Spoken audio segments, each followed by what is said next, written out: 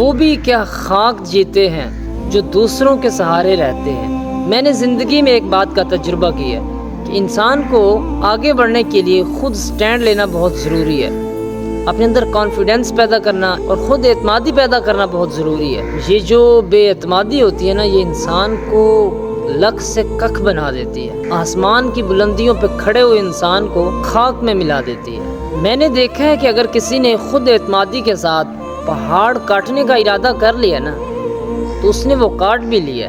یہ جو وہم رہتا ہے نا کہ جی یہ کیسے ہوگا، یہ کیسے ممکن ہے، یہ مشکل ہے، بڑا اوکھا کام ہے، وہ انسان کبھی کامیاب نہیں ہو سکتا۔ خدا کی ذات کے بعد خود پہ اعتماد کرنا سیکھے۔